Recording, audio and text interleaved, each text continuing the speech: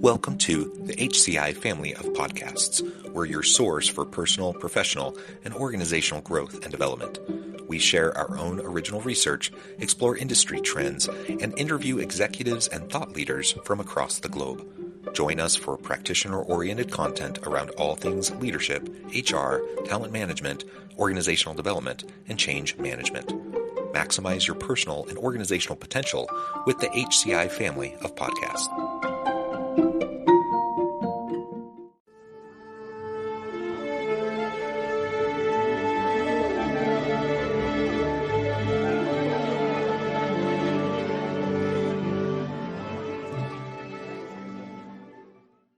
Randi Roberts, welcome to the conversation today. Thanks so much, John. I'm really glad to be with you. It is a pleasure to be with you. You're joining us from Pennsylvania. I'm south of Salt Lake City in Utah. And today we're going to be talking about getting in the driver's seat of your own career. I love this topic. I love the idea of personal ownership and responsibility over taking our career in the direction we want to go.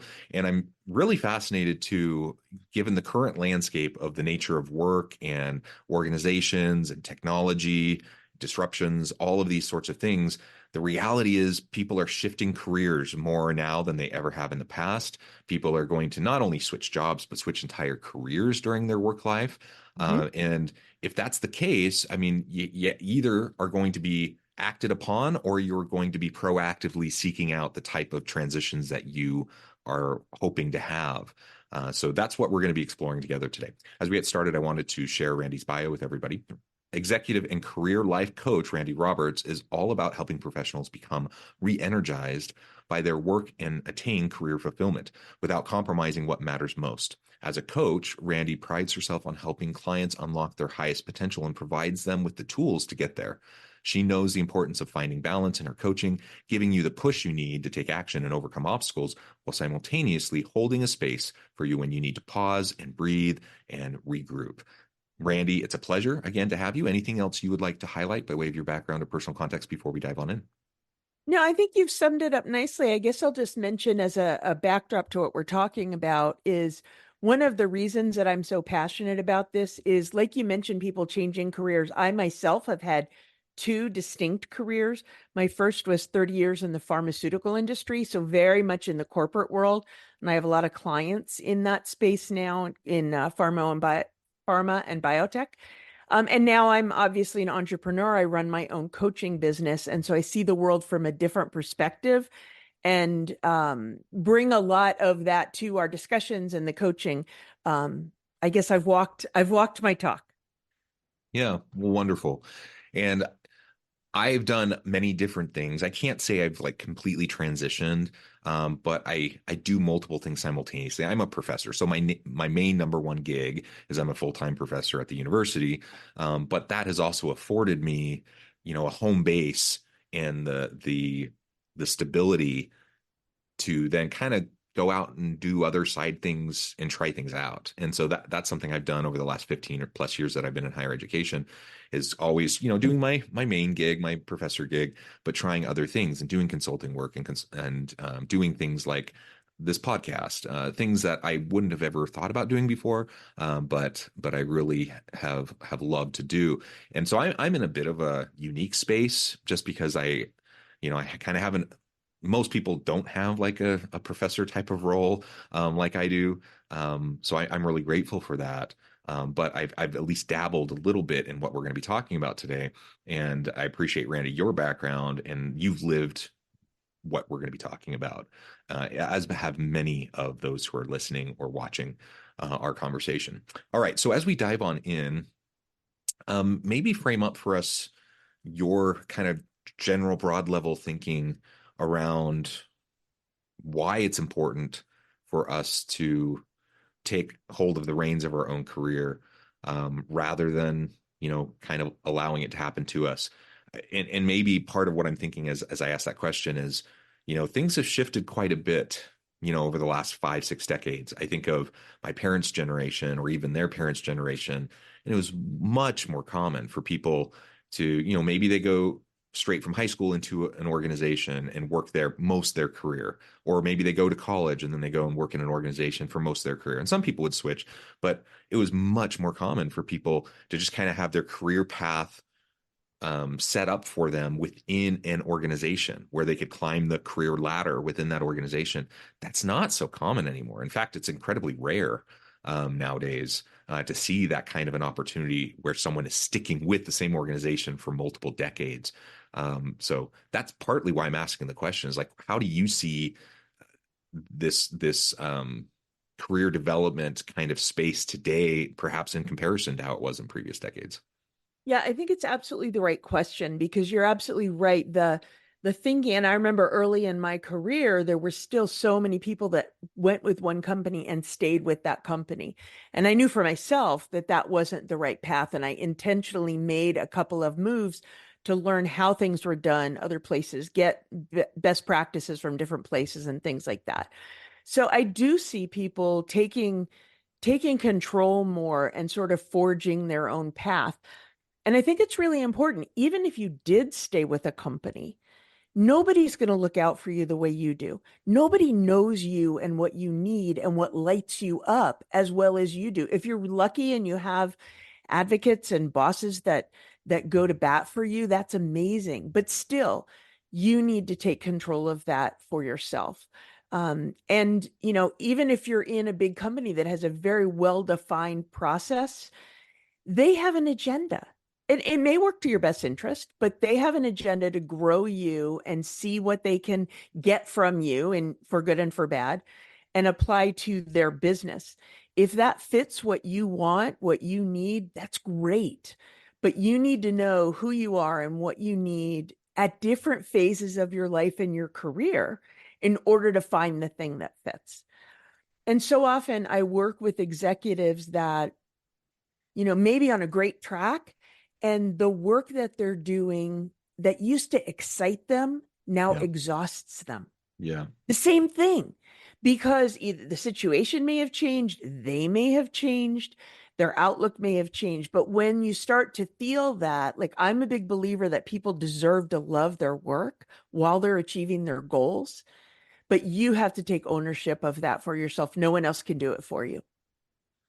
Yeah, and the reality is, I mean, maybe in previous generations, under a different psychological contract, things were a bit different. Maybe, if you're invested in the company will be invested in you, and they'll have loyalty to you, and they'll help you progress as you show loyalty to them.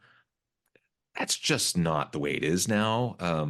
And even the best companies like that do foster loyalty and who do have commitment and who do have people who want to stay there and work with them for a long time. The just general competitive dynamic in today's economy is just so fundamentally different than it was in past decades that you just can't ever fully count on the organization having loyalty to you. You could be laid off any moment. And we've seen that, in the tech sector over the last year and a half, people who have worked for decades in companies that just love the company, they want to be there, they've given their heart and soul to it, they've helped drive revenue and success, et cetera, et cetera. And then boom, they're laid off. And it's just the way it is. Like I'm not even judging that. I'm just saying it's hard. And if that's the way it is, you have to know that no one is going to consistently look out for you and your career and your best interests the way you will. Um, Totally. And to and to it your might point, yeah, even be, oh, I'm sorry. It might even not be that dramatic, John. It might not be you're laid off, you're cut. It might be your boss moves and you get a new boss who doesn't support you in the same way. yeah, So you yeah, definitely absolutely, have to be your own advocate. yeah, yeah. And like you said, too, part of this is just we go through life stages, we go through career stages, we have needs and wants and priorities that differ over time. Right. Like I think about today, people who listen to the podcast know I talk at times about my family. I have been married for 21 years. I have 6 children. My youngest now is 10. My oldest two are in college. So today, our family situation is fundamentally different than it was 10 years ago or 15 years ago while we were having babies and just like in the chaos of all of that, right? Now there's just way more kind of stability in our day-to-day lives than we experienced in the first 20 years of our marriage, which brings a lot of benefits. And frankly, it just means there are totally different things that I want and need now than perhaps what was even on my radar, 15 years ago, 10 years ago, whatever. And that's completely natural too. So it's, sometimes we talk about midlife crisis and people do go through existential crises, at times and they feel trapped in their career or whatever. But sometimes it really is just a matter of like what you used to do, you loved, and what you used to do doesn't excite you anymore. And now it's time to make a change. Or you mastered whatever you used to do that you loved. And part of what you loved was the growth and the development, and you've mastered it. And now you're ready to move on to the next thing. Like Yeah. all of those things can be true simultaneously. And if that's the case, and we can't necessarily count on our boss looking out for us or our organization having loyalty and looking out for us, then yeah, we need to keep in mind other options. That may mean leaving the company. That may mean navigating a lateral move within our company. That may mean starting a side hustle. That could mean a lot of things, but ultimately, I guess what we're both trying to hit home is that we just have to take ownership. We can't count on others looking out for us. Perhaps the way that it would be really nice if they did, like I would love it if every organization had that level of loyalty and commitment to their people. It's just not the reality. I think what you're saying is so important. And a lot of it is, yes, we change at different phases of our career for sure. For example, your level of risk tolerance changes over the course of your career. I find in general, people can take more risks at the ends of their career, either Yeah. at the beginning when the stakes are less. Right now, you have kids in college. You may be in a place of needing more stability, where later, when the kids are out, the stage of life that I'm in, empty nester, just different phase, have done very well and invested well, I can take risks again. So those are the Mm-hmm. kinds of things that you really need to factor in. But I think where it starts is if someone is either not growing anymore, not as excited about their work for many reasons, you got to get to the root of why. Because otherwise you may be feeling like a change is right for you, but you may go with you and take the problem with you. Mm. If you Yeah. don't know what you're trying to solve for, how can you possibly find the right situation? So I think a lot of times it starts with some inner work on what's still working for you, what's missing, so that you know to go look for the right thing. And not the right job, but the right dynamic. Mm-hmm. Mm-hmm. Yeah, and I think, for many people, the pandemic acted as a catalyst for what you're talking about. Like it just, for some people, for the first time in a long time, they had the space and the time to take a step back and to reevaluate, do that self-assessment, look at their priorities, look at what mattered to them.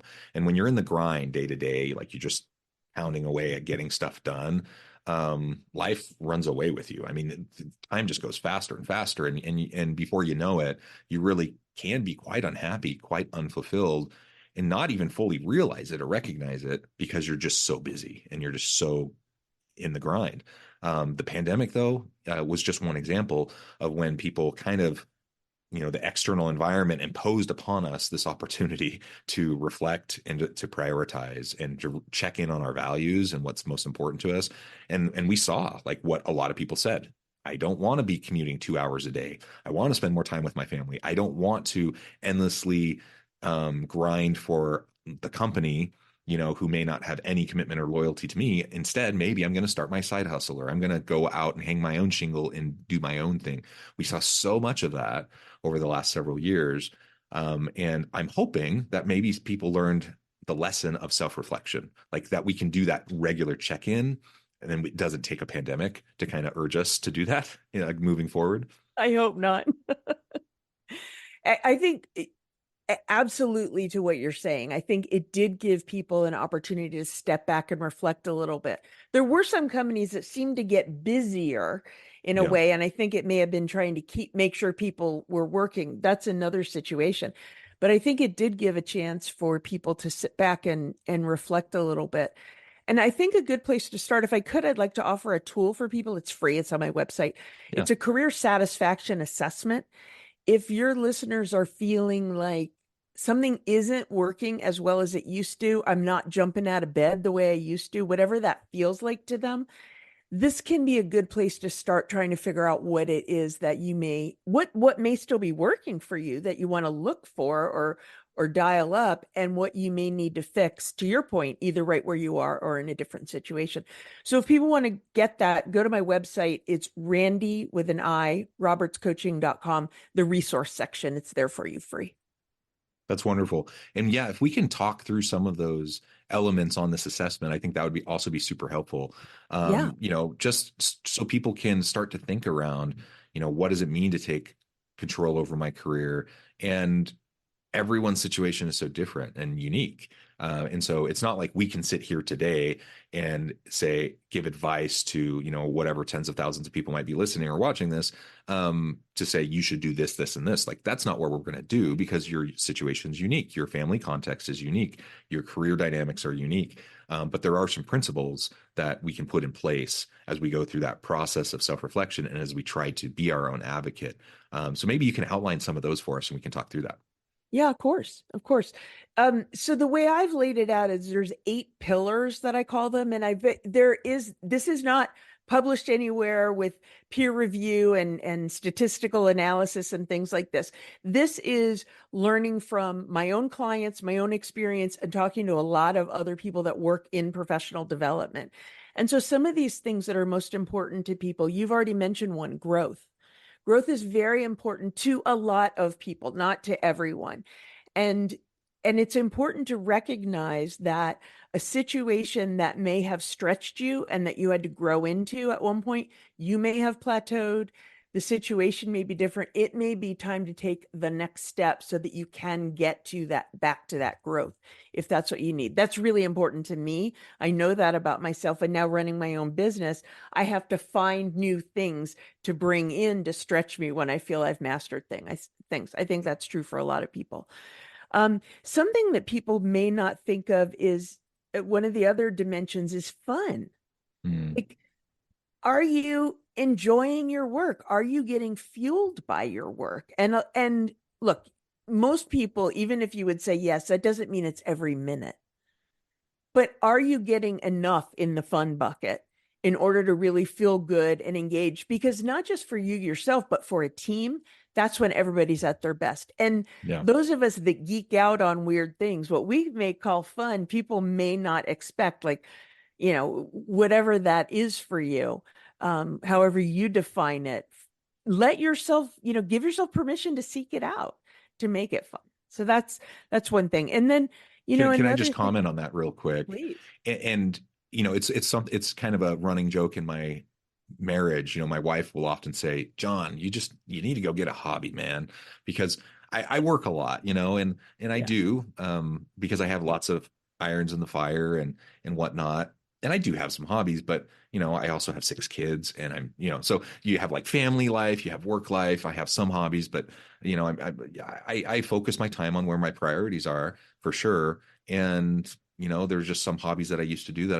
they're just not high on my priority list anymore. But that doesn't mean I'm not doing things that aren't fun or re-energizing to me. And in fact, a lot of the work I choose to do for the very reason you were just describing is because I derive a ton of fun and satisfaction from it.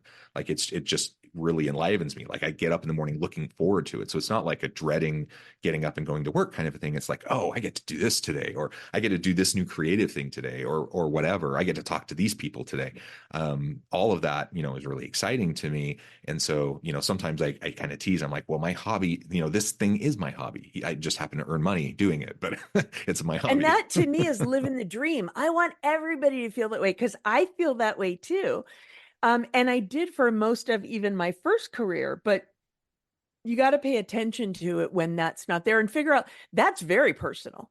What it Hmm, is that hmm. lights you up is very personal. So, my advice is figure out what that is. If somebody were to ask you what lights you up about your work and you don't have an answer, find an answer. Hmm. Figure out what it is you need, because I think everybody can have that. Not all the time, but on a balance. Yes, and that's a really key point. Like, we're not suggesting that just because you have stuff you have to do day to day that you don't love, that you should jettison your current job and try to do something else and chase that unicorn. Like, there's no such thing as a job or a career where you never have to do things you don't want to do. We all have to do tedious things. We all have to do repetitive things or things that just aren't our favorite thing. I have things I'm good at, I have things I'm okay at. I tend to want to focus my time on the things I'm really good at, but that doesn't mean I can just let the other things go. They still have to happen, and maybe I have to slog through it a little bit more. It's not my favorite, but I still have to do those things. So we're not suggesting that that's not the case or that you should get rid of a job just because of those things. But it's about finding balance, and it's about finding what's the right balance for you, and is there enough of the fulfillment piece? Is there enough Yeah. of the enlivening, the energizing piece, to push you through, even when you're dealing with the slog? That's, I think, the question, right? Yeah, and I relate very much to what you're saying. I mean, the way I describe it for my world now is when I'm working in my business, when I'm seeing clients, when I'm having these conversations with people like you, when I'm doing speaking or running workshops, that's the stuff that I love. When I'm working on my business, sending out proposals, invoices, marketing, those things, that is what facilitates the other stuff. And so Yeah. you have to just sort of, put that into perspective and yeah, look at it as on balance. Excellent. And I'm sorry I interrupted you. You were No, on a roll. was What's the I? next thing you Oh, want to I can focus always on? get back on a roll, John. No problem. I think maybe I'll mention one other of the pillars that may surprise people a little bit, but it's connections. Hmm. Connections are very important to people in terms of their career fulfillment, because that can mean so many things. First of all, it's building a network that can help you. I mean, I firmly believe that when people are looking for new opportunities, it's your network that can get them for you much of the time. Even if you find an opportunity somewhere, the first place to look is, who do I know that works at that company, that has business with that company, that can make that connection for me? So from a career building standpoint, connections can be everything.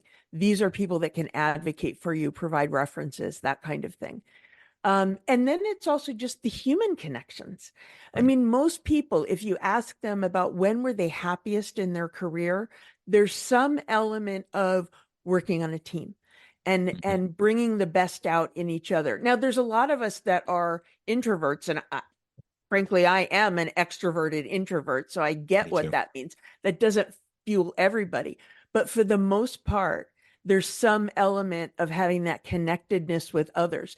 It helps you get through the tough times, and it gives you the platform for celebration when you together come up with the really great breakthroughs and things like that. So that's one that people don't always think about that I think is critically important.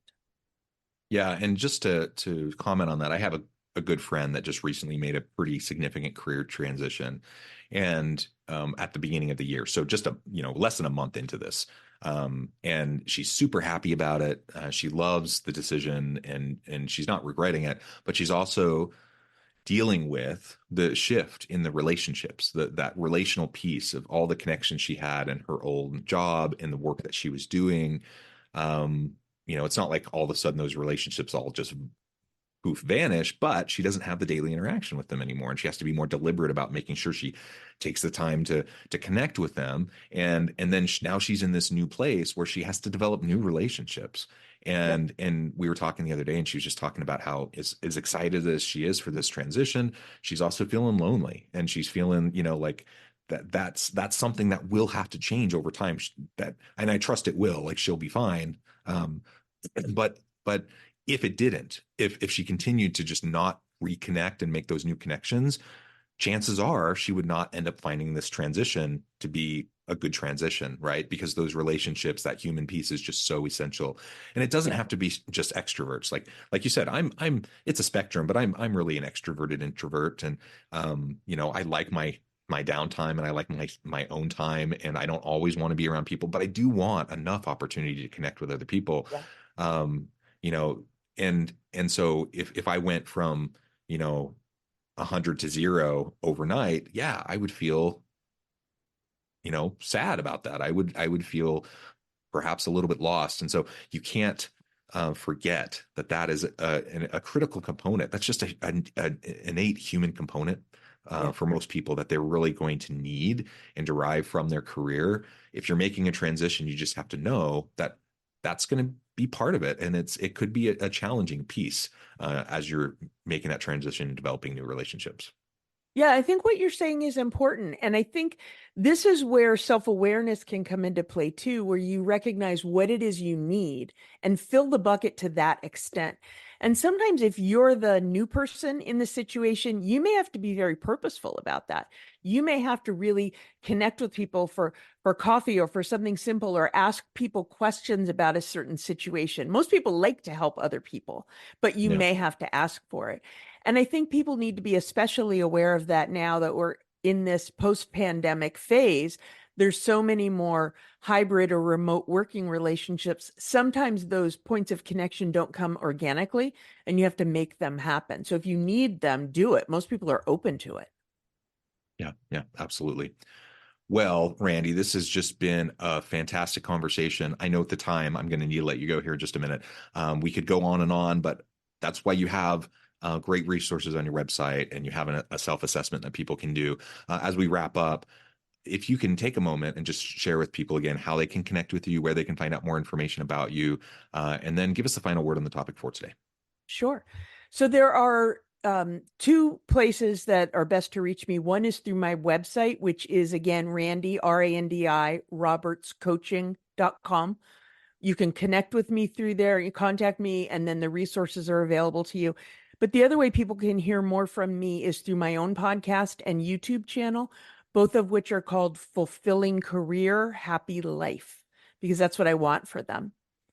And a final word on the subject, what I would say is these things, thinking about what you need, finding how you can get in the driver's seat of your own career and really make those things happen. Start with knowing yourself, knowing what you need, but starts even further with giving yourself permission to make that okay, to make that important. It will fuel your success, which helps anybody that you're working with. So if it feels selfish, it's not just selfish. Give yourself permission to do it. I love it. Thank you, Randy. This has again been a great pleasure. I encourage the audience to reach out, get connected, find out more about what Randy can do for you. And as always, I hope everyone can stay healthy and safe, that you can find meaning and purpose at work each and every day. And I hope you all have a great week.